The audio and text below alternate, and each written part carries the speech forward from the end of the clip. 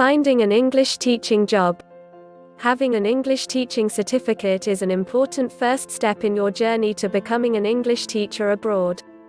However, this qualification is not a golden ticket. There are many other considerations and factors that'll guide and influence your options and access to English teaching jobs. Your passport.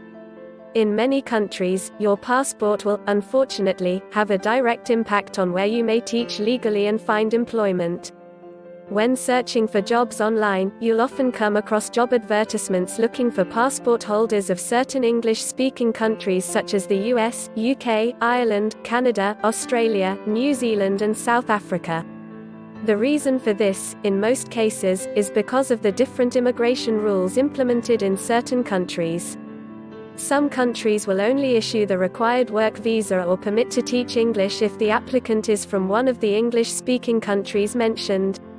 Being a native English speaker. This consideration and factor ties in with the passport requirements. Often, you'll see employers advertising English teaching jobs for native English speakers. This requirement refers to fluent English speakers with passports from one of the previously mentioned English-speaking countries. There are some special circumstances where non-native English speakers can find legal work. Keep an eye on the online job boards and join online groups and forums. Holding a bachelor's degree. Most jobs advertised by employers require that applicants hold a minimum of a bachelor's degree. There are of course some exceptions, which means that it is still possible to teach English in some countries without a degree. Having an English teaching certificate. In almost all cases, you'll be required by employers to hold an English teaching certificate. Some employers may waive this requirement if an applicant has an education degree. However, an English teaching course will give you an understanding of the different methodologies and techniques required to teach. A clean criminal record. In order to be issued with a work visa, you will most probably have to submit a police clearance certificate. Any record or blemish on your record may exclude you from being issued a work visa to work in a country. Health check.